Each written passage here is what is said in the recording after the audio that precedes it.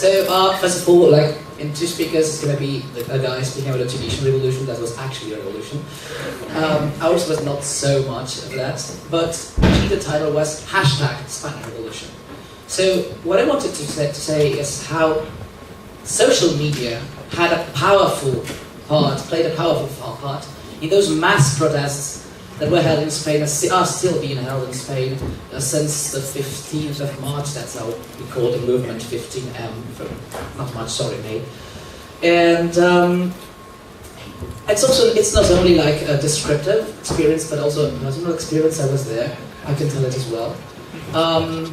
15th of May, a big demonstration was already planned for perhaps 2 or 3 months via Facebook, via blogs, just to protest about everything we were like sick of corruption, widespread corruption around Spain, widespread unemployment, reaching like perhaps 40% youth unemployment rates, sick of everything, sick of the crisis, sick of how the Spanish government has given tons of millions of money to the banks just for the sake of it.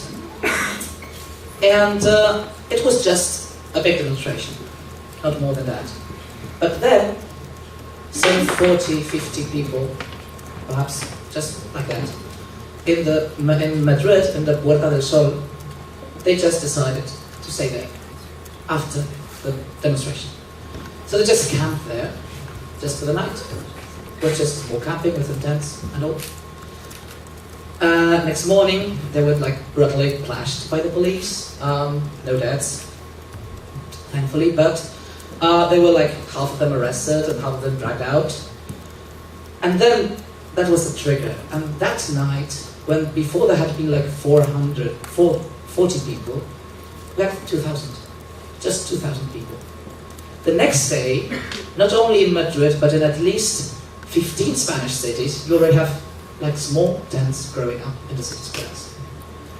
I joined that on Wednesday in my university town. We were just a bunch of people, 50, 60. We were organizing like big rallies and assemblies where everyone could speak and talk and share their ideas for some minutes. And it kept growing. It kept growing and growing and growing. On Friday was a big day, because on Saturday, in Spain, the day before the elections, you are not supposed to talk like not giving slogans, not public talks about politics. So the electoral board decided that all protests were illegal and they should be wiped out. We were there in my city, my 200,000 people city. We were crowding. Actually, there couldn't be no more people there. Crowding the town square. And I remember that one of the best feelings in my life was just being there when the clock turned 12 and we saw the police just going away and doing anything. And some friends in other cities just told me that when the police actually told them, we're not going to go there, they started crying. They started crying because they thought they had the feeling they had won, their ideas had prevailed. All this revolution couldn't have been coordinated without the social networks. Hashtags and Twitter, mostly Twitter. Every single campaign in every single town had a hashtag. So people could say like, hey, we need food, we need water, we need whatever. And people actually went there and gave them for free. You know, via my town, we had to give away food to the social dinner because we had too much food. People were so generous. And even if it died a little bit after the elections, it was supposed to go there. It hasn't. I mean, the movement still continues. They went in a big march towards Madrid 1 week ago. They have left Madrid towards Brussels. They're walking now from Madrid to Brussels. They're just like in the middle of Spain right now. And from here, from this story, it's a bit incomplete. I would like to have some images, but sorry for that. But I want to draw 3 things from here. The first one is that now everybody in Spain knows what a hashtag is.